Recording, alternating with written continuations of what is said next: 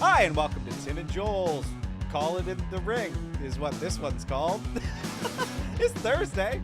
It's Thursday, and it's the very last Thursday that we're ever going to do Thursday stuff.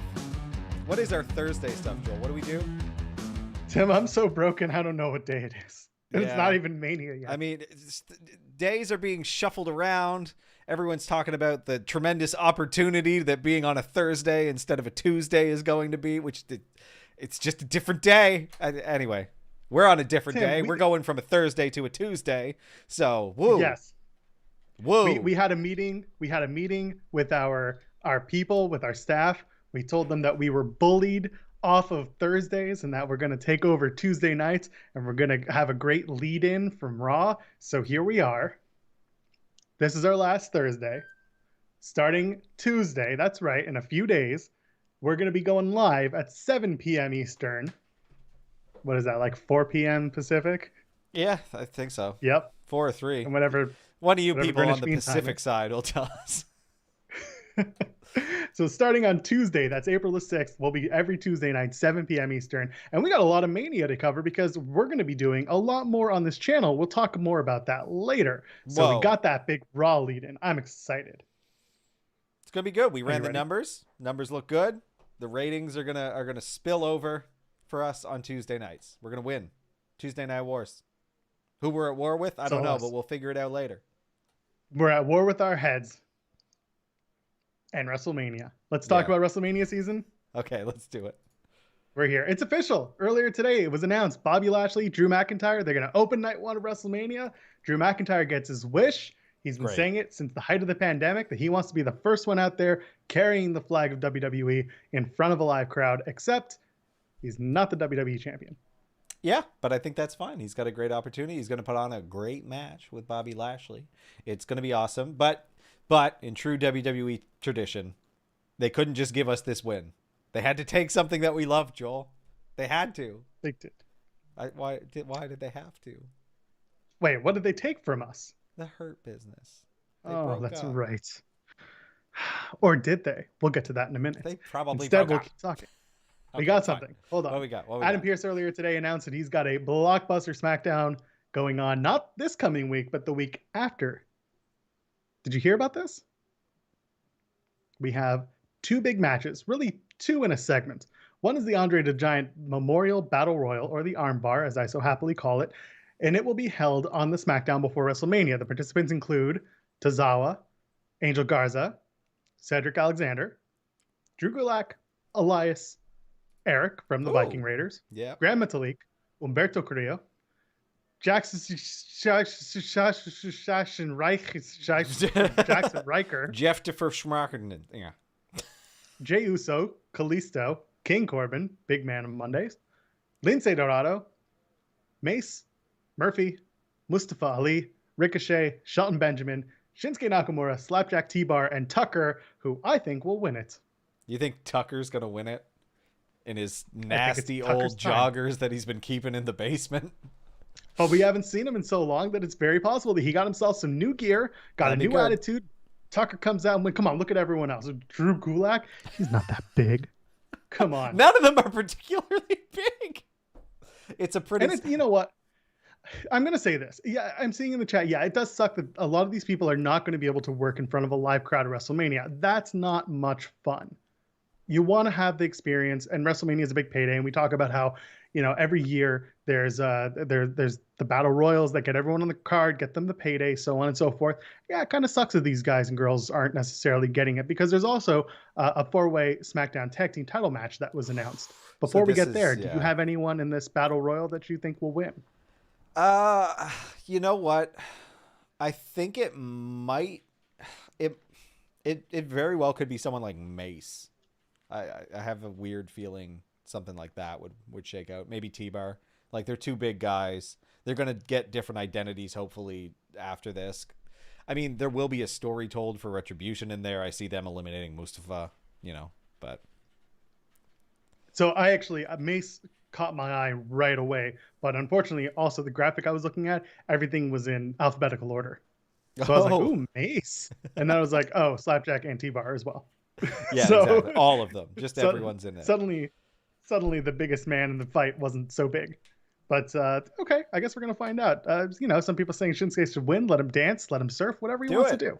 Would love that. And yes, Adam Pearce also announced a four-way SmackDown Tag Team title match between Dominic Rey Mysterio, the Street Profits, Chad Gable, and Otis, and the SmackDown Tag Team Champions, the Dirty Dogs, also known as Dolph Ziggler and Robert Roode. All right.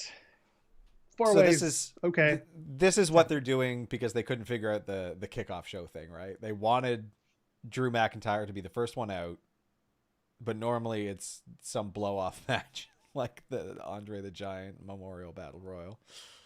Yeah, and it feels like what they wanted to do was maybe there was a bit of a conversation that was had where Hogan said, "That's not going to work for me, brother," and they said, "Well, okay, fine. Drew, you get night 1, night 2, you get Real American." Oh my And God. then that's how they made it better. Hogan's like, "I want to be the first man out," and they're like, "No, go." No, But instead, it's going to be something different. But instead, you know what? I can see Roode and Ziggler getting the win, easy peasy, whatever, good match. Let the chase continue, I guess. I'm surprised that they're doing the tag match on the kickoff. Like the battle royal, I get, but like the tag match had a place at WrestleMania, and it doesn't feel like the card's as full as Mania cards have been in the past. They'll be adding more. I know. So like, why is this not one of them? What are they going to add? They got 2 weeks. Unfortunately, they didn't really spend much time trying to get that match going. Like they spent a lot of time trying to get different iterations of this tag title match going, but they never really got to the point where it was like they have to defend it against somebody. But you don't think that it's comparable to some of the other builds that we've seen? Like, listen, all the builds this year have not been great. Exactly. So like, let's throw this tag match in there. I don't know. Not putting the street. Not putting. In them. What's that? So instead, you're going to get Logan Paul. So just enjoy it. I will not. What? Like, they're not going to put the Street Profits in front of an audience. That seems insane to me. I agree. And there was a bunch of people talking about what are the entrances going to look like for Sasha and Bianca. And my favorite answer to that was like, give Sasha like this huge grandiose entrance and the crew's going to be super into it and everyone loves it. And then have Bianca just come out with her husband. Her husband gives her a kiss, says, "You got this," and that's it. And she just saunters down to the ring and looks determined. Doesn't need some big, song and dance entrance like the champion does. She is all business. She is the rookie. She doesn't know better, but she is determined to make a name for herself. Yeah. I like that idea. No, I think that's strong. That's really good. We're gonna find out, she's got a presence anyway. She doesn't need all that flair. 100%. So speaking of presences. Anyway, PW Insider, whom I'm at odds with sometimes, they say that the women's tag title match is going to be defended on night 2 after a night 1 4-team tag team elimination style match. They haven't announced who it's going to be. We don't know if it actually came to fruition because, again, Raw next week and SmackDown next week were taped because they are exiting the Thunderdome and relocating to the Youngling Center. So we're looking at potential here. I assume Lana Naomi, Nati Tamina, Mandy and Dana, and then you've got to add, I guess, another tag team from SmackDown. And before everyone gets on me and says Riot Squad, what if it's Dakota Kai and Raquel Gonzalez? It's probably the Riot Squad. Yeah, probably is. Yeah. We'll have our takeover predictions coming up. Wait. So you're suggesting that these, like, they're going to give somebody like 2 payouts, like 2 days of work at Mania? No, I just think they're going to have 2 matches, and that's going to be how it goes. Oh my God. Meanwhile, the Andre the Giant Battle Royal will be on SmackDown. Right. All right, let's talk about everyone's favorite person, Baron Corbin. You ready to talk about Raw? Yeah, I like Baron Corbin. So, really? Actually, so do I. I mean, he gets real heat. He does exactly what his job is. He's supposed to be an insufferable douchebag. He's an insufferable douchebag, and he's got a good moveset. I don't care what anyone says. He's fun in the ring. No, I get it. If you see him live, do you boo him? Oh, yeah. Yeah. Boo the hell out of him. That's the fun thing, right? You do what you're supposed to do. He's a douche. He's doing his job. Now, let's ask the same question. You are at Raw and you see the Hurt Business. You see Shelton Benjamin and Cedric Alexander. Do you boo them? Those two? Now, yeah. Yeah. Yeah. Now you do. Those two, yeah. But before, like in the last, let's say when Bobby won the title, were you booing them? No. They were getting cheers before. Now I gotta. They ruined it. They ruined it, and they alone. They as the Hurt Business, very strong. Cedric and Shelton alone.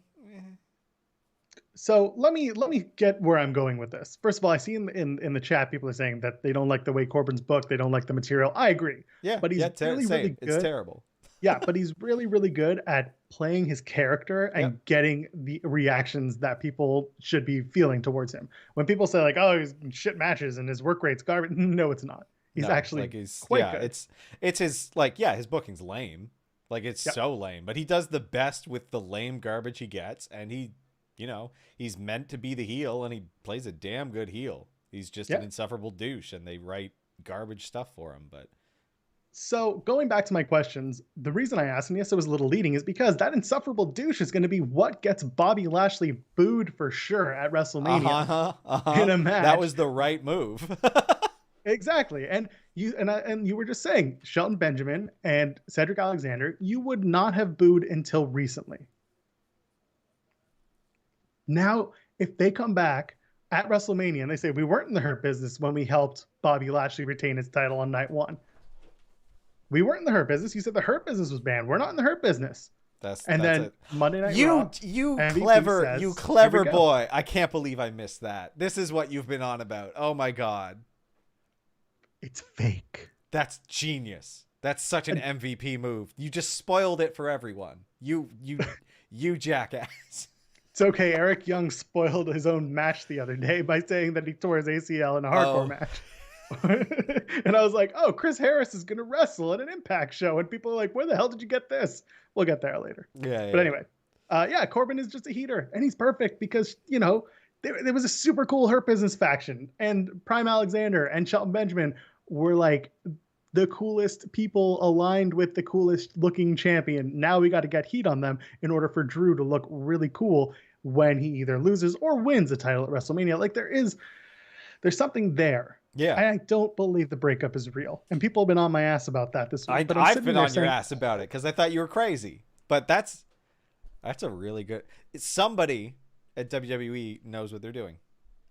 Do you think Vince put this together? So. Do you think he figured this out? Or is it somebody smarter? I mean, at the end of the day, it goes through Vince, and you got to get him on the right day. You got to get him with the right pitch. It's got to be the right person to do it. It's a whole rigmarole with Vince because that's just... how it is, and it's the worst possible situation you can be in because he's so flaky when it comes to his own plans. Things can change on a dime. I pray that you're right about this because that would actually make all of this very worth it because it seems crazy to me to break up the Hurt Business. But they do need a heel for McIntyre, and this is the perfect way to do it. Like, they've built Corbin to be such an insufferable douche that he's an insertable, flame machine. Wherever they need. And I believe that they know what they're doing. Yeah. I do, only because you can't fly by the seat of your pants to that degree. Like they do. Don't get me wrong. But there are certain stories and certain things where Vince isn't just saying, what are we doing with Drew? No, he knows this is his main title picture. This is his main story on Raw. He's other than Randy and The Fiend. We'll get there. But actually, it's not even in my notes because who cares this week at least. You get to the WWE title match, and it's like, this is a big deal. They have to have something in place. It can't change on a dime just because Vince got bored. This isn't one of those stories.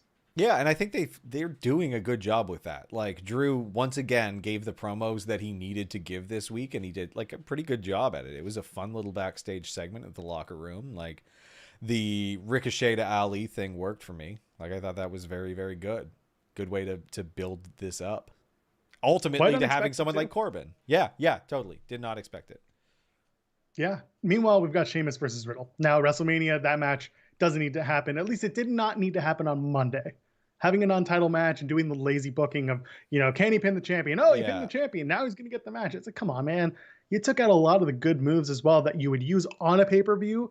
Like those big, cool high spots are just big, busy moves. You took them into that match on Raw, and now you got to do it again at WrestleMania. Come on. It doesn't work that way. Hitting white noise off the apron or the air raid crash, whatever you want to call it, that's a cool move to do. Yeah. And what are we doing? Look, I don't know, because like, what does give me hope is that Riddle and Sheamus, they've wrestled a bunch on Raw, and they do have really good chemistry. So I think in the WrestleMania moment situation, like, as cringe as Riddle is, like, he's got a lot to prove. So it might be something special, even if it is just a singles match between the two. Again, I don't think it's the best direction. What you were talking about with the ladder match made the most sense. But if this is the direction they're going, I'm not totally like defeated about it. I think there could be something worth watching. They ruined my ladder match, Tim. I know they did. I know they did, buddy. It's a shame. It was a good. You know what would be a It was a shame? good book. What would be a shame? Let me get my plug in. Like the video. Like it. Comment on it. Comment on it. Subscribe to the channel. Subscribe to the Just like the channel. video, please. Mm. Don't ruin the video like they ruined my ladder match. Okay? Just do. And I see people in the chat saying, what have they possibly done to make you believe that this is the way they're going to go? I'm on Twitter a lot. People know that. That's okay. I do stuff with Fightful, yes, and they have their opinions about how things are going and what they expect and all that stuff. I take steps back and I try to watch the show from the perspective of someone who doesn't spend all day on Twitter thinking about it and talking about it and being about it. Like I don't. I want to be in that mindset. When I go into the show, especially, I want to be in that mindset that, yeah, things can be different. Things can act differently. I'm not here to shit on everything because that doesn't do anything for me. That's why we don't talk about ratings here unless it's something that completely makes sense to everything we're discussing. So there we go. Yeah. Let's go, show. Let's go. What's next? Can they coexist? No. Skip it. What's next? I told you, man. I told you so. You were doing it. You're very right. It's so bad. Impact did it this week. Everyone's doing it. It's the hottest, oldest craze. I just gave this whole soliloquy about how I take a step back, and meanwhile, I'm like, ha, told you so. Shit. It was shit. Shania Payne, Rhea, and Asuka, it's going to happen. But meanwhile, at the contract signing, I'll give them this, Rhea Ripley knocking a table into Asuka's face. Right in her face. It's just right in her face. The match is going to be fun, but going to WrestleMania, that match, Rhea and Asuka, who do you really think could win? This is the first time where I'm actually looking at it and saying both of these women have a great opportunity to not only cement their WrestleMania moment as it is, but who could realistically come out of this match as the Raw Women's Champion? I think both have a good shot. I'm leaning towards Rhea taking it, but honestly, I think, we're going to see Bianca go over this year, almost certainly. So, like, I don't think so. Yeah, I think so. What I would say is hold off, wait a year, like have Rhea lose this. Then you have the whole year to build her as a character, as a force to be reckoned with. And then you can make that moment much, much sweeter next year because this, last year was tough. And then this year is a write-off. So I say have Asuka win it. Like have her cement herself as a dominant champion in front of people. And then have Rhea win next year in an even a bigger, sweeter moment, Yeah. And I see it pointed out in the chat. There were 2 minutes of in-ring women's wrestling on Raw, 10 minutes for the women altogether on Raw. And that is inexcusable. And people like Carmelo were pointing that out. A lot of people picked up on it. It's not good. You can't do that.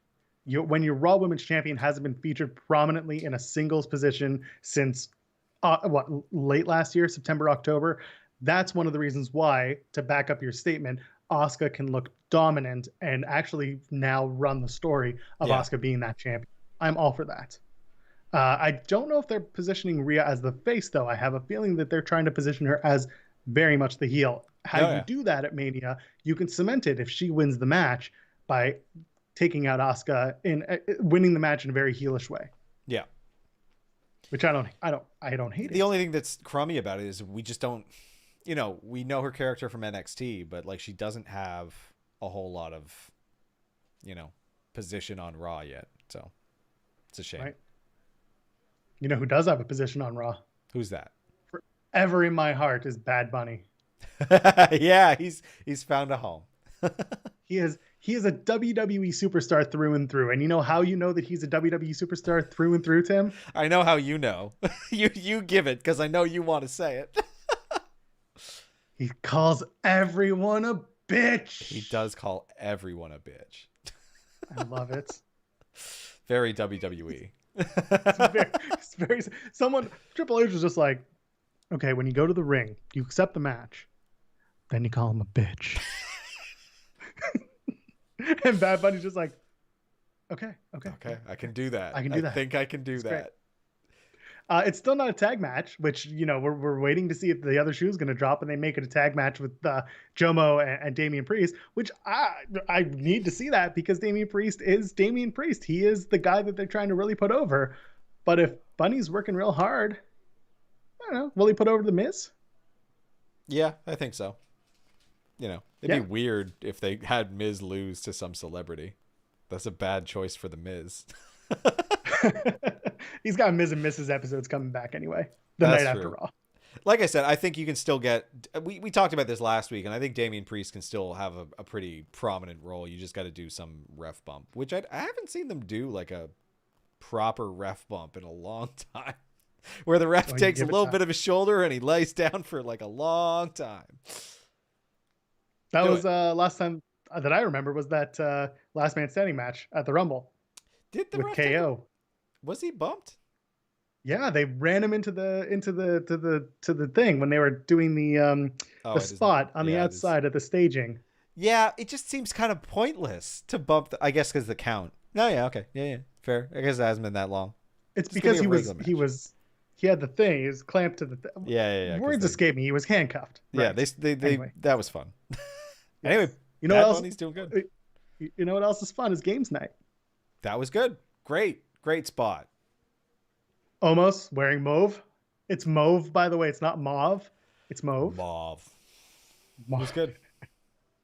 Yeah, I did enjoy it. And you know what? The backstage that they did where the New Day was walking around with their big chart and they said, "We miss Big E, no really." And then support our heroes, Rock. And what was the other? Up, down on YouTube. And they gave us a shout out, as you saw on my Twitter. They did. Yeah. Said subscribe to Tim and Joel Pod. That's right. Nice of them to slip that big. in. Yeah. Oh, yeah. There was a ref bump in the main event of Fastlane. Wow. I'm a mark. All right. Things to remember. Yeah. It's hard, man. There's so much. There's a lot. Well, so to give everyone the inside track, we'll make our little announcements right now about our channel and what we're doing. Because, Tim, some good news, some bittersweet news. For those who followed us from PW Unlimited, we have made the decision that we are going to be stepping away from doing the weekly draw on PW Unlimited. Our last show will be this Sunday.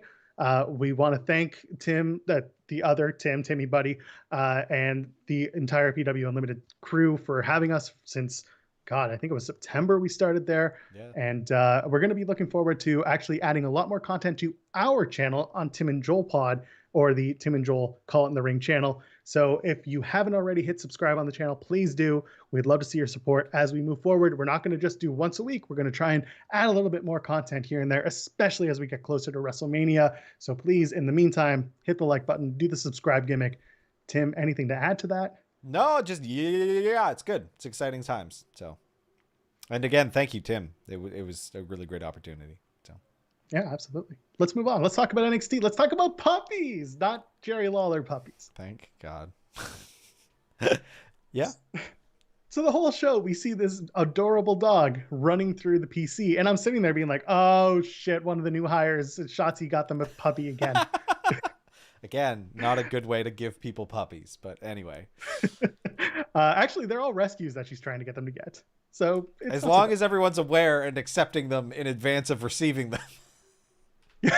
She knows. Okay, I don't want it to be. No one likes a surprise dog. She's not just like meeting them at the PC on their first day and be like, "Here's your congratulations, puppy. Congratulations." Okay, good. All right. So it's Presley. Presley is the dog's name. Now, is the dog's name Frankie or is Taya still Taya Valkyrie? It's Taya Valkyrie, by the way. It's her dog. Now, we're greeted with, coming on April 13th. That's the first NXT on Tuesdays, as Vic Joseph decides to tell us. Yes, very wonderful. Yeah. And so WWE also did a trademark on the name Frankie Monet, which I don't hate. I really don't hate. This is fine. Fine. It's fine. Either way, so she'll debut on April 13th. Frankie, maybe the dog. Taya might be Taya. Taya might be Frankie. Frankie might be Presley. Presley might be a dog. I don't know. But either way, I'm excited because that was a good way to kind of introduce or at least tease a new NXT recruit. I was a fan of that. Yeah, it was cool. It's a different look than I expected. I did not read Taya from that. I'm actually surprised, but that makes a lot of sense to me now, and I'm at ease. That I'm glad that she's found a place there. Yeah, I'm ready for Taya versus Io. I was saying Taya going onto the main roster right away would be excellent, but you know what? I'll take this for now if it means some great opportunities for her. So let's move on. The main event battle royal. Oh, it's set up well. We started the night with Grimes the System.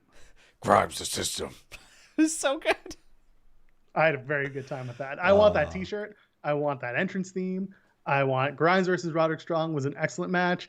I sent out a tweet early in the night being like, you got Christian Cage and Frankie Kazarian on one screen, and you've got Cameron Grimes and Roderick Strong on the other screen. You've got 3 out of 4 of the best workers in the business, and Cameron Grimes is going to be the standout.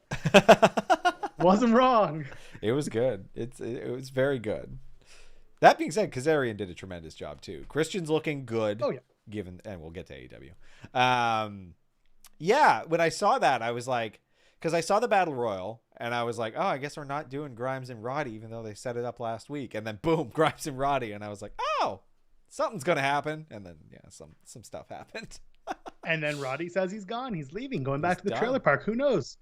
Listen. Yeah, that was they did a whole bunch of video packages on Roderick Strong where he grew up in the trailer park. Nice. Very cool. So there was a joke Cameron Hawkins used to say was, Roddy ain't going back to that trailer park. And I'm sitting there just being like, oh my God, no, he's going back to the trailer park. Make it stop. Oh, he had some good years. Yeah, exactly. Now, I was a big fan. I did enjoy the match. I saw some people saying like, oh, why does Roddy have to get distracted by the Undisputed Armband and seeing t-shirts in the crowd? It was the biggest part of his life. It was his biggest moment in NXT because otherwise he wasn't a super over popular talker superstar wrestler. Yeah, like Undisputed Era made Roderick Strong a part of a group, right? And like now look at him, he's wrestling this greasy weasel of a man and reliving all of his nightmares. So I thought it was good. It was fine. Good match. I enjoyed it. Yeah. Great match. Yeah. Yeah. So meanwhile, you go back to the Battle Royal. I like that Swerve and Ruff got to continue their feud. I like that Kushida and Pete Dunne is now a thing officially on night 1 of TakeOver. Beautiful. And did I tell you or did I tell you? Winner of the Battle Royal, LA Knight. Yeah. So good. Love it. Very pleased with that. And, it was a good bit with Grimes in there with the cash, trying to buy him off. And then Dexter Lumis, who can only be paid in blood, took a swing. It was good. I enjoyed it. It was a very fun show. I'm looking forward to that Gauntlet Eliminator, or whatever they're going to call it, because Gauntlet Eliminator feels like someone else's thing. Anyway, Io and Raquel have an all-night brawl. Are you excited for that? That was very good. The wall bit was so chef's kiss. Like, that was very nice. Now, one thing I really love about this, and I chatted with someone about this earlier, I like the build for this match in that Io Shirai has beaten everyone that has been a challenger, a legitimate challenger for her title. I'm looking forward to seeing Io trying to take on the largest woman on the roster, biting off more than she can chew, but not look stupid. No, because she doesn't look stupid. She just keeps getting her shit beat out of her, and she keeps coming back for more because she wants to be on top. Yeah, she's like a little vicious dog right now, like just constantly on Raquel, which I thought was the right way to book this because like she's a fighting champion. She's never been like in a weak position going in. So this is a really interesting one. So I'm looking forward to it. Yeah, again, like she doesn't look stupid, but what will be her downfall is probably someone getting the upper hand and not necessarily just being the stronger competitor. Yeah. Anything about Walter's Florida vacation that you want to get into? The packages? No, I think like this is nice. Like Ciampa cut a dope promo as well, which I'm going for Ciampa, but Walter's probably going to win. But I'm all in for Walter. Yeah. Oh, especially with that accent. Oh, come on. An Austrian, big Austrian baby man can't be upset about that. And he does the little, I love the Imperium, like. Oh yeah, absolutely. Yeah, I was it's seeing in good. the chat, It's a good bit. 3 women's matches last night on NXT, very good. Very good. The Battle Royal with all 2 weeks push. Dude was decent for sure. It was good. It's fine. We'll do our takeover predictions on our channel next week sometime. Looking forward to doing those.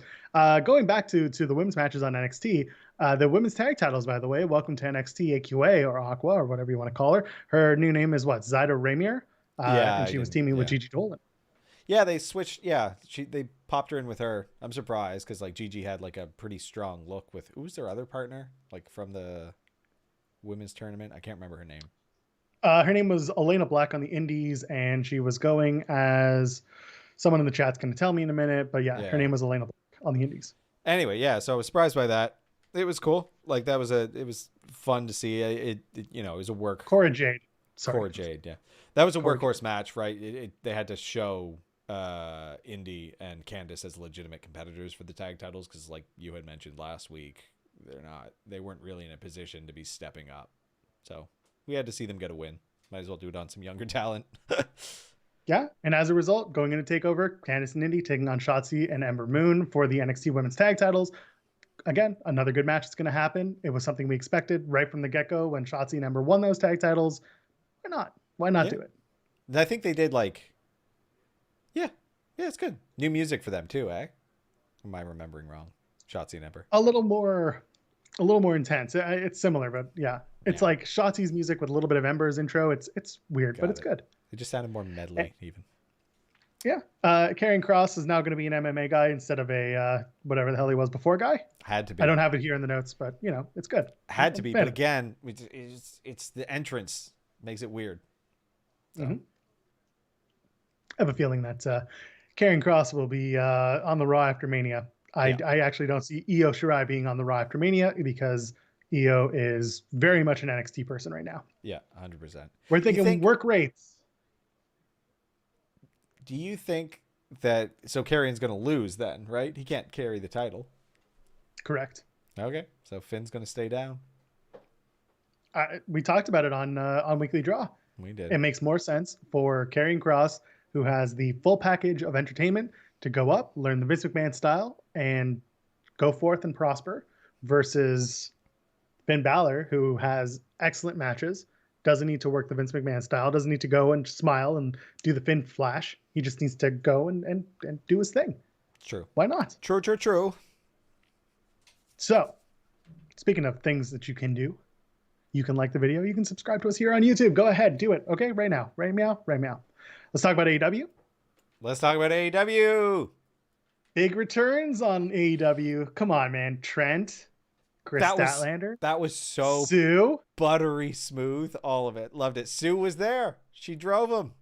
He steps out looking fly as hell, gives his mama a kiss, picks up his boys, and goes to war. It was great. I loved every minute of it. That was such a good, it was a good return. Very nice. Best friends. They continuously get booked into these like overbooked gimmick matches to blow off their feuds. And you know what? No complaints because they're always good fun. They always turn out well. I am a big fan of that. Yeah. Like I didn't love this one as much as the street fight, but like this was still pretty good. Did it have the kitschy decor that I said it would? Yes, it did. But it was fun. They made pretty good use of it this time. So a lot of times, like the bunkhouse match, like the match itself, it feels like the bunkhouse part of it was completely irrelevant. But the arcade thing was fun. It was funny. They made good use of it. Chris Statlander showing up, great stuff. Very surprising. Very exciting. Is she an alien in this promotion? I can never. Yeah, she's an alien. Okay, so all right. You know what I did love? I loved the return for 2 reasons. One, Penelope Ford looked amazing taking that like package type pile driver avalanche style through an air hockey table. There was that. And the other thing was Penelope getting walloped on the head by that plexiglass when Statlander popped up. And I was oh, that poor girl. She took it with honor. She took it with ease. I'm very big Penelope Ford fan. honestly, that match blew me away. Like it was good. Very surprised and happy. Good. Like it feels, Dynamite's been doing some really good work, because I think it was 2 weeks ago was the Britt and Thunder Rosa match, right? And then you had a bit of a sleepy one in the intervening week, but then another week, this like a lot of big moments. And like, that's what I really like in wrestling, is those big moment feelings. And AEW had more than one this week for me, which was really exciting. It's good to see. Like, AEW took a bit of a dip for me, but now I feel like it's getting back up there. Like, it might be my most, like, the promotion I'm most interested in again, because for a while that was NXT, but now NXT is kind of slipping. So our chat's talking about the perfect lipstick mark that was left by Penelope Ford on the plexiglass. Someone posted a picture on Twitter. I've got to go find it because I haven't seen that sounds very funny. Just like she got it right in the face, right in the mush. Good sell. All right. Christian's Work Rate Open Invitational. Yeah. Also known as the match against Frankie Kazarian. It was good. It's good to see him. Like, he's in okay shape. He can still wrestle. He'll get back into form. You can tell there's some ring rust. Kazarian looked amazing and made that match really enjoyable for me. Christian's a little slow. He's older. He's been out of the game for a while. You could feel it in the match, but like, wasn't bad.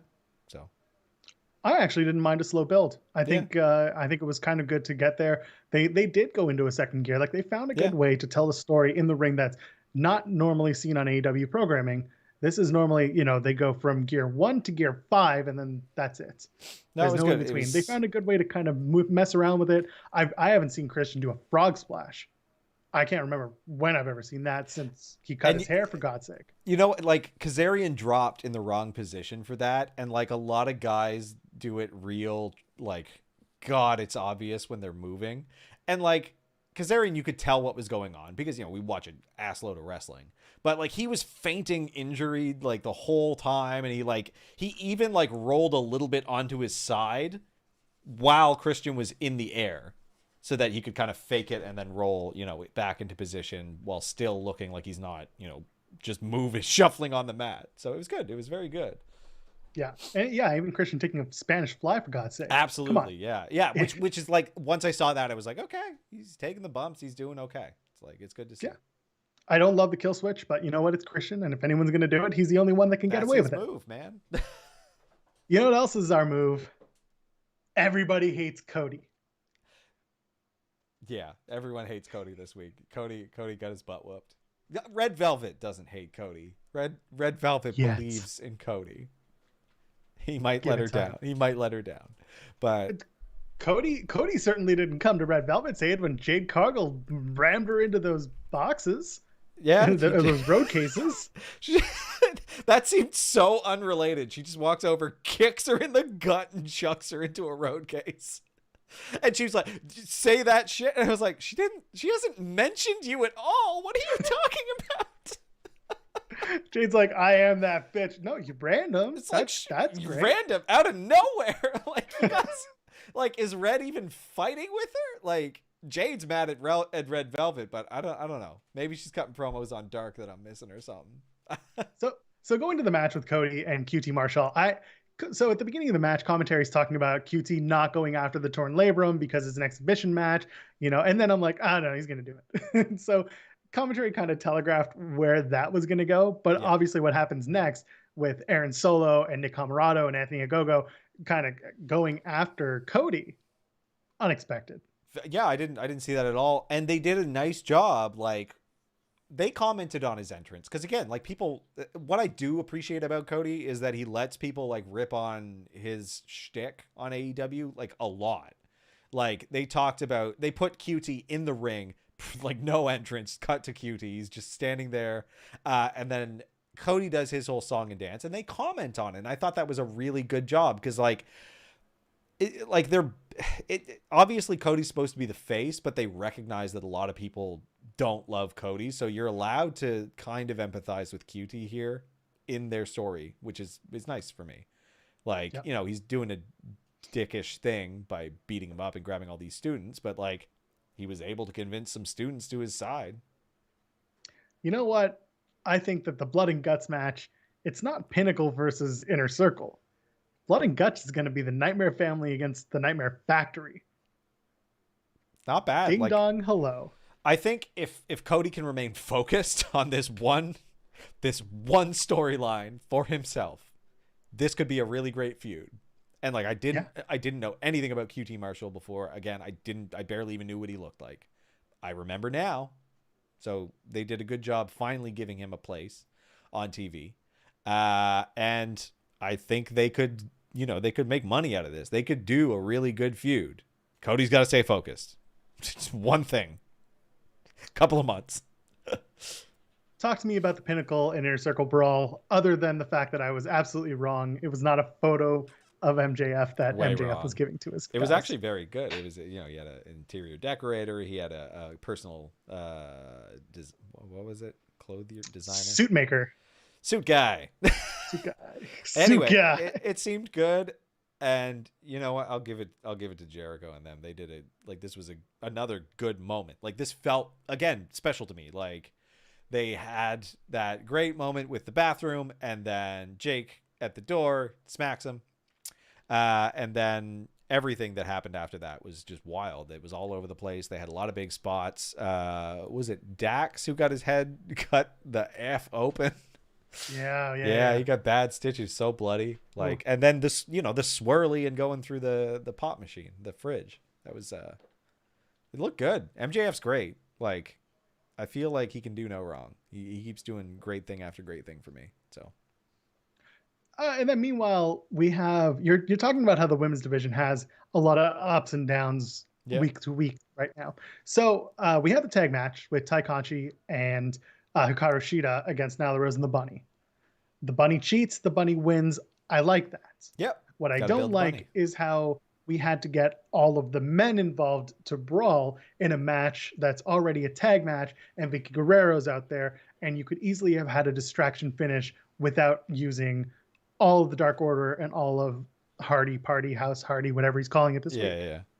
Yeah, I agree. Like, it did seem unnecessary. I don't think we need Matt Hardy and the Butcher and the Blade and the Bunny all together, but it's fine. Like, I get it. And they're kind of continuing the guns for hire angle that Butcher and Blade are. So it's fine. I think like you already have Nyla and Vicky. You didn't need everyone else. And like Ty Conti's like 1 foot in the Dark Order. Like, you could have not had them out there and it would have been fine. But it didn't progress the Hardy and Dark Order story in the way that I would have done it. I think if you're going to do that, you don't have to involve all 10 men just hanging around the ringside area. It didn't work. Yeah, I agree. Like, what they could have done is had Vicky engage Butcher, Blade, and the Bunny, have them still be guns for hire as a separate stable, and just not have Hardy involved, because Hardy's they've got enough going on, and they had the natural thing to just grab TH2, who don't have a home right now, and they would have fit in. Like, they're a bunch of goofy carny weirdos, like, and Helico is this lanky dancing oddball. I think he would have fit in with Matt Hardy in his carny home. Did you watch BTE this week? I don't think I did. I watched it last week. I found out why Jack Evans has all that heat in AEW. Why? What did Jack Evans do? Because he's a really good skateboarder. Oh, that's cool. And he's not. And he just picked up skateboarding. So on BTE, they had all these montages of like Brian Cage trying to do a kickflip, and then they had because he actually legitimately can skateboard, so he's doing these kickflips. He's actually doing pretty good. God, he's so athletic for such a muscle-bound guy. Like, that's I say muscle-bound, but he's very agile. So they had that, and then they also had like Jack Evans doing like handstands on the board as it keeps going.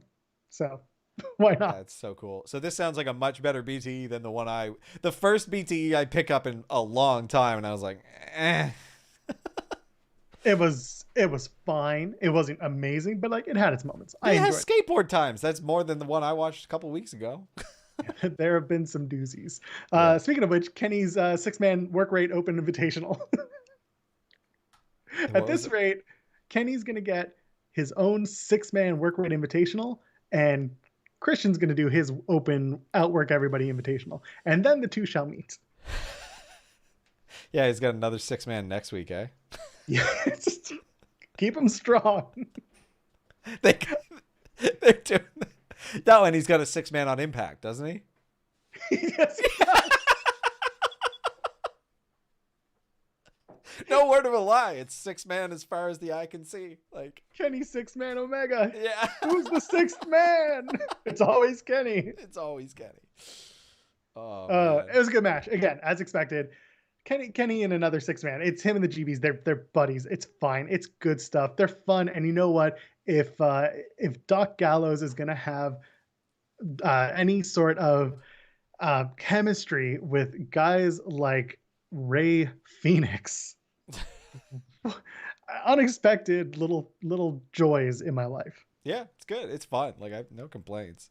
I mean, this is what they got to do. Like Kenny needs to insulate himself, right? Because he's the weasel heel right now, so he can't just be pure power. He's also not like a huge guy, so it's tough. So you need that backup. And now you got Moxley and the Bucks. Yep. Who knows? But my question to you, Tim, is where the hell is Rich Swann? I don't know. Clearly, that feud does not exist in AEW. Like it's not a thing. He's going to show up with the belt, and they're going to be like, "Oh, where'd he get that?" Like, all I want is for him to show up before April 15th. 15th is at least 2 Dynamite episodes before the Impact pay-per-view. I feel like it's not going to feature on Dynamite at all. Like the vibe I'm getting is that it's going to be entirely built on Impact because they spent a decent amount of time on Impact this week building it. But like it has not been mentioned on Dynamite, and they're continuing to build the Bucks feud on Dynamite, and I think that's going to stay that way.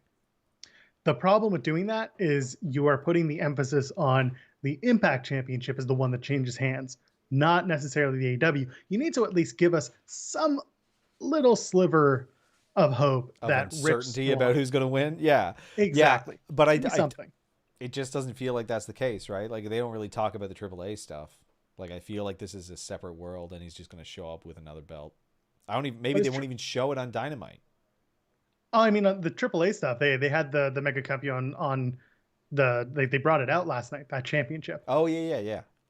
Dawn was with it, but I mean, listen, I would love to see Rich Swann show up before April 15th. But I also have a feeling he's going to show up at that house show on April the 9th. And then AEW is going to play it up as like this big, like, oh, you'll never guess who showed up here. It's Rich Swann from Impact. And they'll pretend like it's a big clip. deal, but then it's not. Yeah, you're right. That's probably... Oof. I just hope they start bringing him on. He needs to be present. Yeah. Otherwise, the only crossover, the only forbidden door is Kenny and Gallows and Anderson, and then Private Party that one time. Yeah, and then I guess Finn Juice from New Japan, but I'm talking specifically AEW and and obviously, Impact.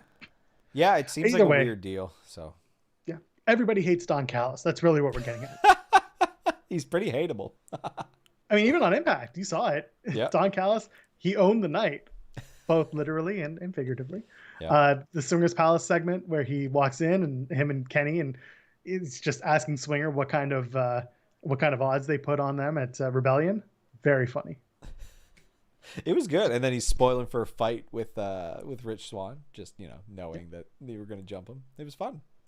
There was something going back to the Swingers Palace segment that I loved, and that is when he walked in and Johnny Swinger, who was in ECW, says, "Don't I remember you from TNN?" Because Don Callis was Cyrus the Virus, who was like the network guy from ECW. Yeah. I sat there laughing on the the Impact watch along stream on Fightful Gaming.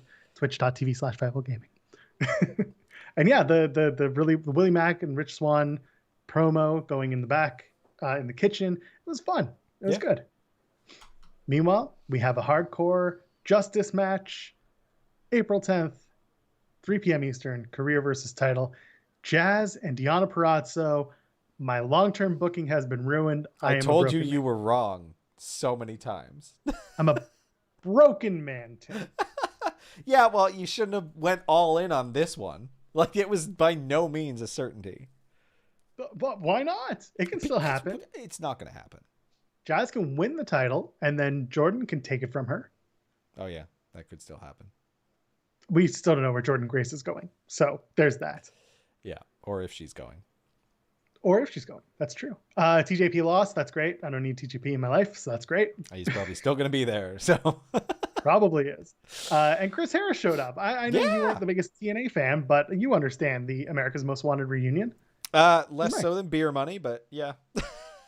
Fair. The AMW is a very like old school proposition for a lot of TNA fans, but it's great. Yeah. Eric Young saying that it has an ACL injury. It happened during that Storm versus Young match. And then he said, I wrestled 2 more matches, including a hardcore match. And that's where, like I said earlier, my brain started going. I'm like, wait a minute. Violent by Design has 4 members. They've got Eric Young, they've got Rhino, they've got Diener, and they've got Joe Doring. There were 4 members on that Storm team for his match on Tuesday. Yeah, there which was Jake they made something, a point of commenting Chris on as Sabin. well. Yeah. Yeah, there was James Storm, and there was Chris Harris. Chris Harris is working a hardcore match on April 10th, my friends, and you can quote me on that. Yeah, 100%. Very looking forward to that. And SmackDown. Before we do that, like the video. Come on, do it. Do it. Like the video. Tell some people that we're going to be on Tuesdays. That's right. Tell the folks we're moving to Tuesdays at 7 p.m. starting next Tuesday. That's right. We're getting right into it. We're not like taking a week off. No. We're going this weekend and then Raw and then us on Tuesday at 7 p.m. before NXT. Oh no, NXT doesn't even start till April 13th. Yeah, we're beating them. We're beating everyone. Yeah. We're doing it before Impact moves, Tim. We're ahead of this game. We run this game. Yeah. That's why we got those ratings numbers that we churned through. Yeah, that's right. SmackDown.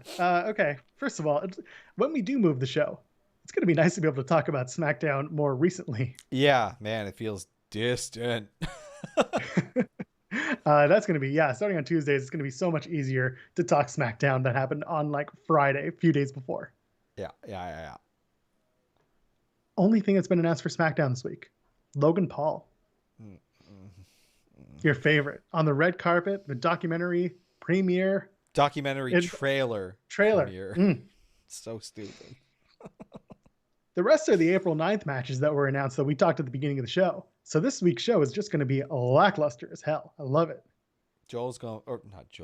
Edge is going to be real upset. I imagine that. He's going to be all unhinged.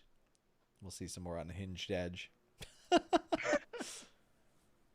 I'm being asked about where I saw Drew versus Bobby opening WrestleMania. I got to go back and find it, but I did. That's see a good it. question. I didn't see that anywhere. I did see it on an official account. Okay. I got to go back, and when I see it, I will retweet it. So thank you for bringing that up. Follow us on Twitter, Tim and Joel Pod. Tim and Joel, just follow me at Joel Pearl. Okay, that's probably where it is. Okay, what are we at? Do we have anything else to talk about? We're early tonight, man. Whew. My notes. Who's going to win that battle royal? Who's going to win the battle royal? Which battle royal? The one we talked about at the beginning of the show. We already talked about that. Oh, you're right. I watched Bill Collier versus John Moxley. Did you watch that? Yes, I did, and we gave them a shout out on our weekly draw series. That was a good match. It was fine. Good stuff. They brought Collier back for a match on Dark too. Good. For a 6-man. Glad. Ooh, should check that out too. I didn't love that they made him walk out to like the Dynamite theme music. Like, I was like, you couldn't grab literally anything from like Ruckus's backlog. Like, Ruckus is like, I have no idea what's going on. Just play the Dynamite music. Exactly. Just, this one. Play Paul's music. I don't know why it's Vince. Yeah, that's we're really... off the rails. This is degraded. Oh man. Being asked if we're upset. What do we think about people who are upset with too many factions in AEW? You know what? Give me factions. Give me faction wars. Give me people. Give me friends. I've said this before. Love factions in wrestling. It's the thing I love the most in wrestling, and it just makes good tactical sense. Roll with the gang. It's stupid otherwise. Yeah, exactly. And it's not like it hasn't been done before. It was in they did it in the 90s in WWE. WWF, which is when they did it. Yeah, WCW. Like, come on.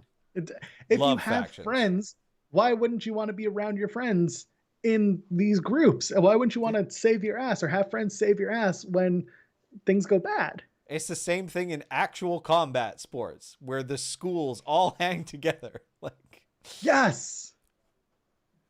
That's what I'm all about. I'm Yeah, all it's about good. friends hanging out with friends, getting you and I into your ears. We want you in our faction, Yeah, get in it. the Tim and Get in Joel it. faction. What do we call it? Team Taj. Oh, that's awful. I love it. We can talk about Andrade actually, because okay, the reason someone's asking about the Andrade comments. Oh, from the Andrade interview. gave a couple of interviews earlier this week and had a lot to say. I honestly didn't want to go into it because, quite frankly, so much has been said about it. So much has been talked about. I know my friends at Fightful have done a ton of work and a ton of coverage on it. He was released. We didn't really touch on it. He gave a couple of interviews in Spanish, which had good translations from those who I found. Um, Andrade left. He wants something new, greener pastures. What else is there to say? I'm not a big fan of the fact that Charlotte got called up and said, you have elevated HCG levels, therefore you are medically uncleared, therefore you're pregnant. And she said, no, I'm not. They're like, yes, you are. Which is And then insane. Like, and that doesn't he also work. mentioned it's happened to some other women, which is not great.